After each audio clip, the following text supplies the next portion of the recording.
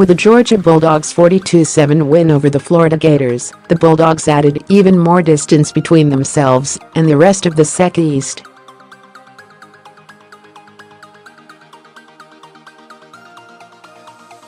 Georgia head coach Kirby Smart's team is first in the SEC East by a mile, and the only conference games left for the Dogs include South Carolina, Auburn, and Kentucky, most of which look easily winnable for this team.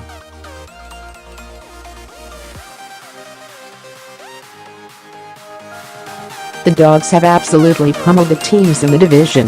Take a gander at these scores. This division has been a punchline for years, but these scores look like what an elite team should do against lesser teams.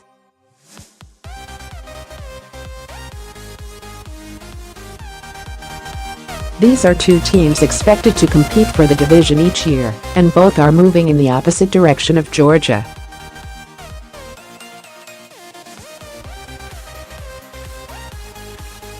After Florida's loss to the Dogs, it was reported that Florida was considering firing head coach Jim McElwain with cause after he alleged death threats against him and his player earlier in the week after failing to find any evidence to substantiate claims made by McElwain this week that family and players received death threats. Florida administrators have worked to see if McElwain's allegations were enough to relieve the university from paying McElwain's full buyout of $12.9 million if he were to be fired.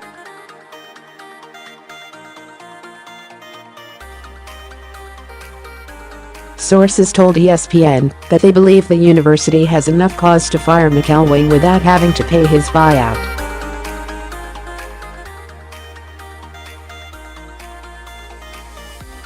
Sources also said that, if McElwain were to be relieved of his duties, defensive coordinator Randy Shannon would be asked to be the team's interim coach.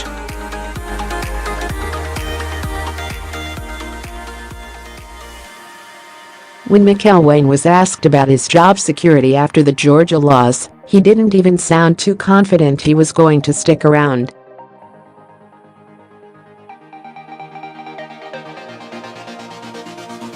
"Well, I mean, at the end of the day, we all were brought here to win, Gene, and we haven't done it," McElwain told reporters via the independent Florida Alligator's Matt Brannon.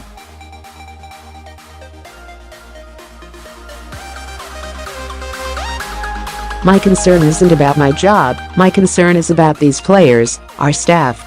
We've got a fantastic staff, coaches, support staff, their families.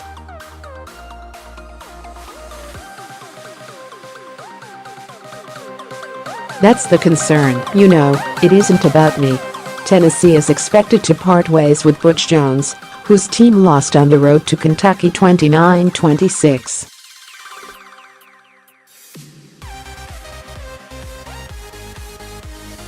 Saturday night's game was a must-win game for Jones to keep his job, as Steven Godfrey reported 2 weeks ago. If a change is coming in Knoxville, no one seems to think it makes sense to appoint an interim 7 days before Utah and its 10-year losing streak take on the No.1 Crimson Tide.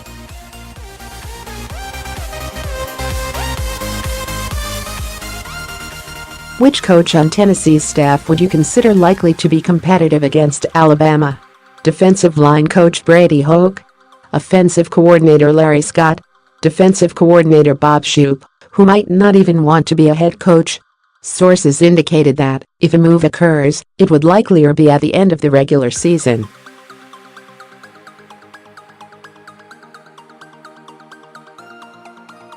However, the trip to Kentucky right after Alabama now looms as a must-win.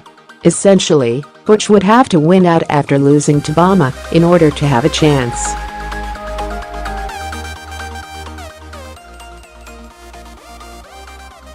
Both teams look to be making a coaching change, which gives Smart an even bigger step ahead of the two programs.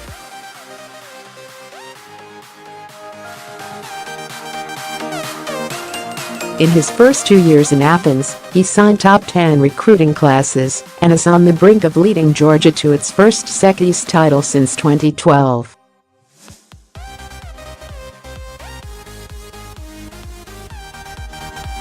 Want to start imagining how well that year 3's gonna go? He's going to be able to keep building his program towards the top while Florida and Tennessee will be going through transitional seasons with new head coaches if both firings do come.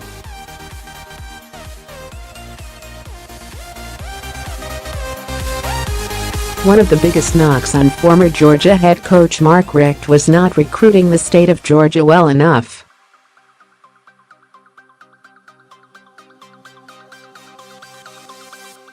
In the last recruiting cycle, Smart hauled in 19 blue-chip recruits, including 14 from the state of Georgia.